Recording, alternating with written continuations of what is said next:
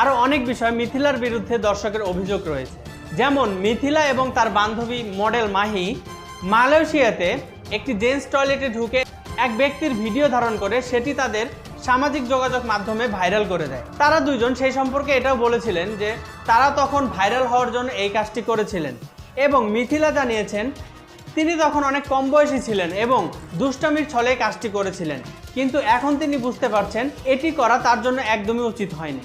মিথিলা এবং সাকিবের রিলেশনটি নিয়ে সাকিব আল হাসান কিন্তু এখনো কোনো মুখ খোলেননি, কিন্তু আমরা সবাই জানি তার প্রথম প্রেমিকা ছিলেন মিথিলা। যদিও পরে সাকিব আল হাসান শিশিরকে বিয়ে করেছেন এবং কিছুদিন আগে তিনি তৃতীয় সন্তানের বাবা হয়েছেন। তো ভিউয়ার্স, একদিকে বিশ্বসেরা অলরাউন্ডার সাকিব আল হাসান এবং মিস ইউনিভার্স বাংলাদেশ খ্যাত তানজিয়া জামান মিথিলা, এই দুইজনকে নিয়ে আপনাদের কি মন্তব্য তা অবশ্যই আমাদের কমেন্টসে লিখে জানাতে পারেন আপনাদের মূল্যবান মতামত। আমি হাসান মেহেদী বিদায় নিচ্ছি, প্যারা নাই, চিল।